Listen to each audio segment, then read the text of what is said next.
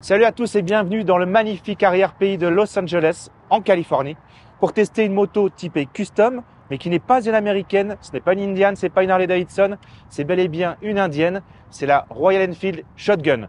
La vision du custom façon indien, c'est tout de suite.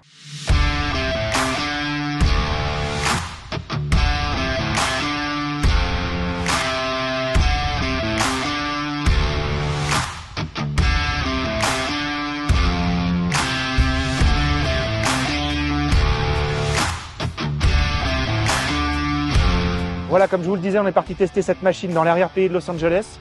Les routes étaient vraiment sympathiques.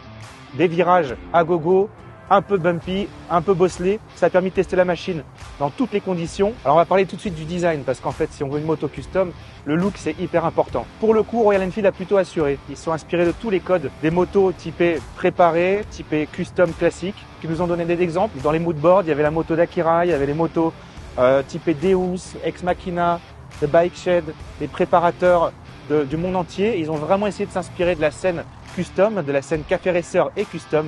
Le mélange des deux a donné cette machine, la Shotgun. Déjà, c'est un cadre et un moteur issus du Super Meteor. On a ici un bicylindre parallèle de 650 cm3, 648 cm3 pour être exact, et un cadre typé classique qui, pour le coup, a été revu et corrigé au niveau de la boucle arrière afin d'avoir une assise différente et un ancrage des suspensions différent lui aussi.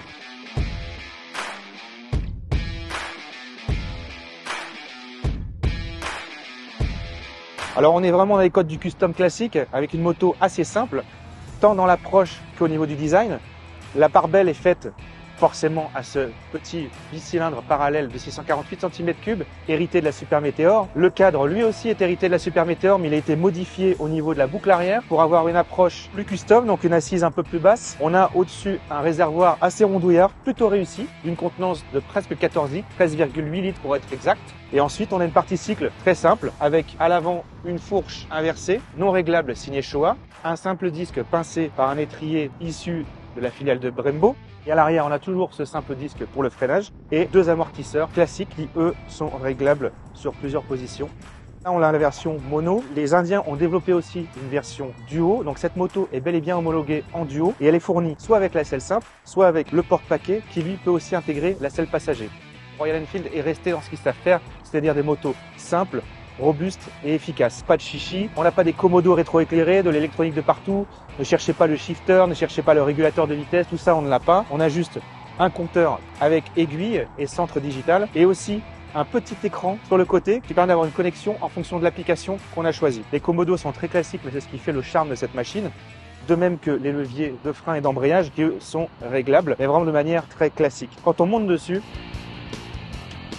c'est aussi le côté accessible qui fait la différence. On est sur une moto à l'ancienne avec une position vraiment au centre de la machine, assez droit. Moi, je suis assez grand, donc je trouve très vite mes aises. Le tableau de bord est assez joli. La finition est vraiment à noter, vraiment intéressante. Alors, quand on part, c'est un tour de clé, un démarreur, toujours de la simplicité. Le moteur s'ébroue, on a très peu de vibrations, c'est franchement pas marquant. Et ensuite, dès les premiers tours de roue, c'est vraiment très simple d'utilisation. On n'a pas du tout le ressenti du poids de cette machine qui est quand même pas loin des 240 kg. Et dès qu'on attaque la route, c'est tout de suite un petit régal, un petit plaisir. On trouve tout de suite ses aises. Parce qu'avec ce moteur de 47 chevaux et d'un peu plus de 52 Nm de couple, on est sur une moto typée A2. Donc excellente pour les débutants ou ceux qui veulent avoir une petite moto balade pour se faire plaisir.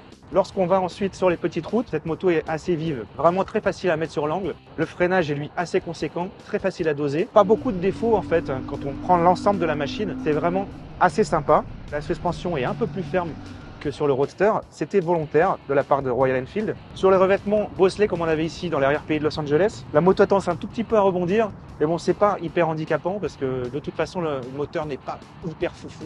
On est vraiment sur un moteur très classique, très linéaire. Faut vraiment rentrer dedans pour avoir des sensations. Et ça, c'est un petit peu le bémol qu'on peut avoir. La partie cycle et l'équilibre sont tellement bien qu'en fait, on aurait aimé avoir plus de chevaux. Alors, on me dit dans l'oreillette que SNS, le célèbre préparateur américain, développerait un kit qui permet d'atteindre les 80 chevaux sur ce moteur. Ça reste à voir, moi j'aimerais bien tester en tout cas. Ça vibre un petit peu, quand la moto est chaude, l'échappement a vraiment un son sympa. Puis après, les seuls défauts qu'on pourrait avoir, c'est que comme les repose-pieds ont été revus pour corriger la position du pilote, On a tendance à frotter très vite et ça, c'est ce qui handicape un peu la moto. Dans l'ensemble, c'est une opération plutôt réussie. La Shotgun 650 est une moto idéale pour débuter ou alors pour se faire plaisir sur les petites routes.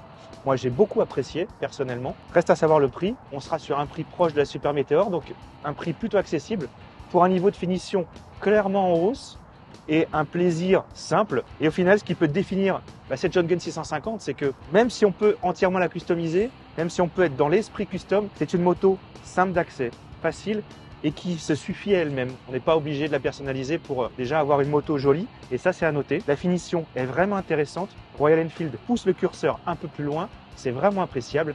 Si on devait définir cette moto, la Shotgun 650, c'est le plaisir simple.